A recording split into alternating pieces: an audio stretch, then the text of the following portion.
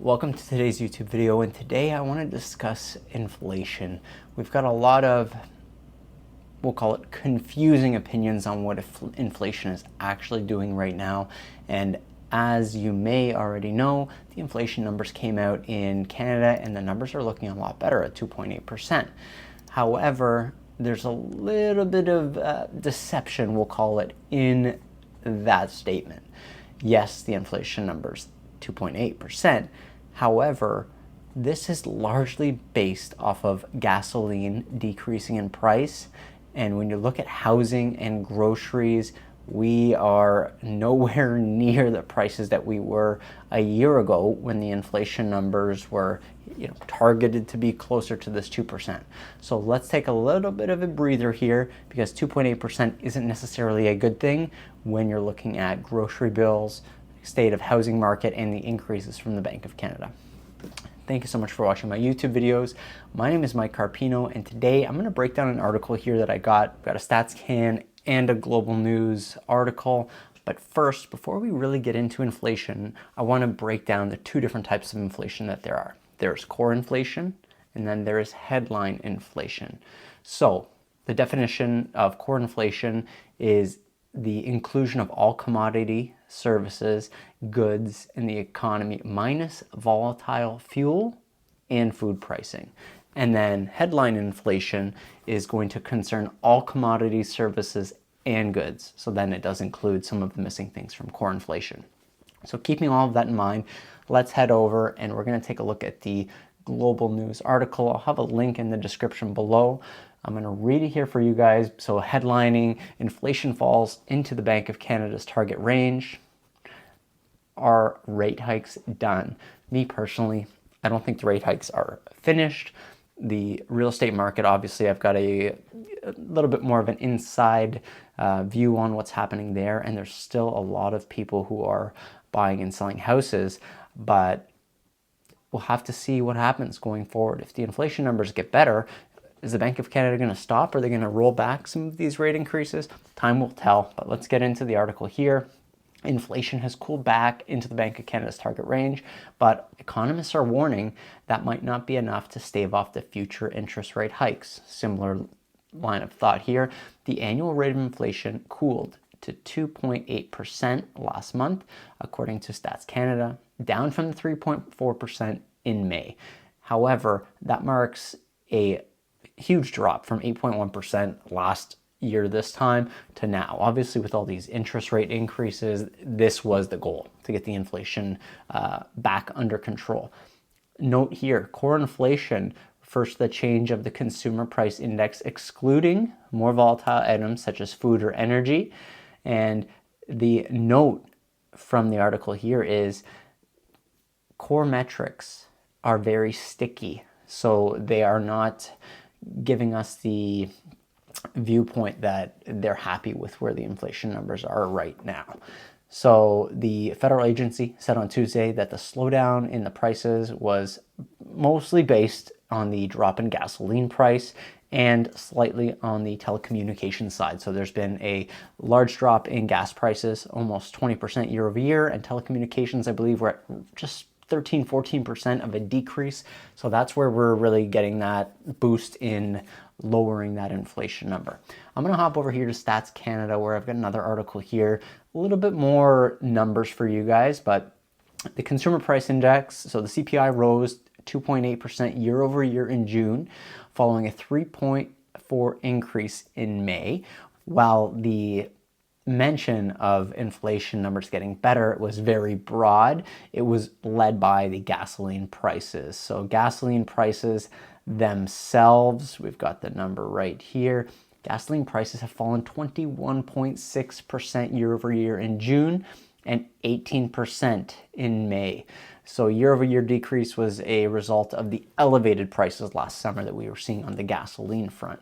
And when we're looking at the grocery prices here, elevated grocery costs are up 9.1%, and mortgage interest rate increased 30.01% in June, with the indexes contributing to the most headline CPI.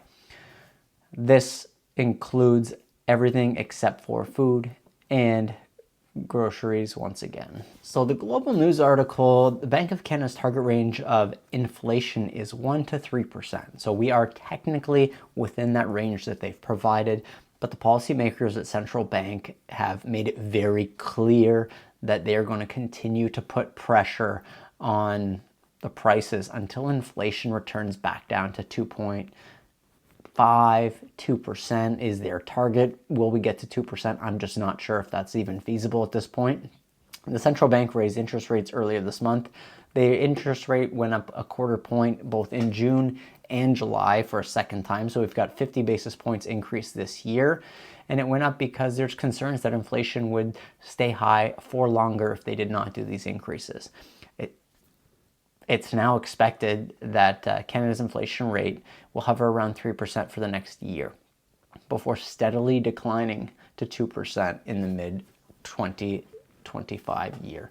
So we're talking 2 years, roughly a year and a half before they expect us to get where we are, I guess, going according to them on that inflation front. So we'll step out of these articles for now and we'll have a little bit of a discussion. So knowing that the core inflation and headline inflation are different, that inflation number that we're seeing at 2.8% is not really as valid as we might think, because it does not include groceries, which are just tremendously more expensive than they are now than they were over a year ago. You know, if you're trying to buy some fresh fruit, it's going to cost you so much more than it was at the same time last year. My viewpoint on a lot of this is, even if inflation gets under control, do I expect to see groceries back down in cost at the store? Do I expect to see gas prices all of a sudden significantly lower at the pump? No. Unfortunately, I think the way things are going to work, which is not great for a lot of us, is when these companies and these manufacturers notice that, well, people are going to pay for it at this price, they will likely keep it there because they know that that's the baseline at which we will actually pay for these products. They may not be able to continue to increase them because it's just not feasible, but at the point we're at right now, people are still going to the grocery store, getting those things that they need, and people have a gas vehicle. You need to get gas at the pump. You really don't have any alternative. Going electric is an alternative, but it's a whole another ball game because it requires buying a new car, installing chargers, going through a lot more expenses, and doing all of that means it's just not realistic for most people to do. Long term, yes, it may be more beneficial, but in the short term, it's going to cost you more money, which a lot of Canadians do not have.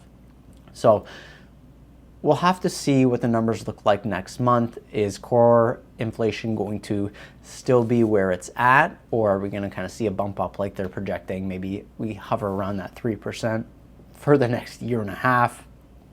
What does it mean from a real estate perspective? It could mean a few different things. If the rates stay where they are and Bank of Canada continues to be true to themselves and doesn't increase it if they don't need to, then at least Canadians can figure out alternatives, whether they have to put down lump sums on their mortgage to bring down the amount of interest, whether they have to potentially sell their home. I would not sell your home if you don't have to. Please do not put all that hard work of getting into home ownership and just kind of throw it down the drain. But some people might not have any other alternatives, so I understand. I would say just figure out the easiest way for you to get through the day-to-day and the month-to-month. You know, skip out on those dinners out, do things with your family or with your spouse, or if you're just a single individual, figure out what the best course of action is to actually use your salary that's coming in every month. You might not have as much fun money, but you have to figure out what's really important to you. Is it paying off your mortgage? Is it continuing to own a house? Is it maybe going on trips? If you still live at home, this is a great time for you to not rush into home ownership. It's to save some more money and hope that in the next year or two we see some rates scale back. However, the moment we see the rates scale back, you know exactly what's going to happen, as do I. People are going to flood the real estate market once again, and then these prices will continue to go up. So if you have a large down payment and you are not worried too much about the actual mortgage side of things or the interest rate side of things, and you want to play that long-term game, as the interest rates go up, we're going to see some sellers start to chop themselves off at the knees here. They're going to have to take a price that they may not have been interested in taking 2 months ago, even a month ago, when the bidding wars were active very prevalently in the market. And today they've slowed down quite a bit. It's summertime. This is very normal for the real estate market, but compounding that with these interest rate increases, we'll have to see what this fall market come mid-September brings. Generally, we do see some increase in inventory, which is very important, obviously, for the market to see a spike of inventory for all those interested buyers. But how many of these interested buyers can really afford something right now with the interest rates where they are, with inflation causing so many increases in their day-to-day, from their groceries to their gas to their very simple necessities that they have?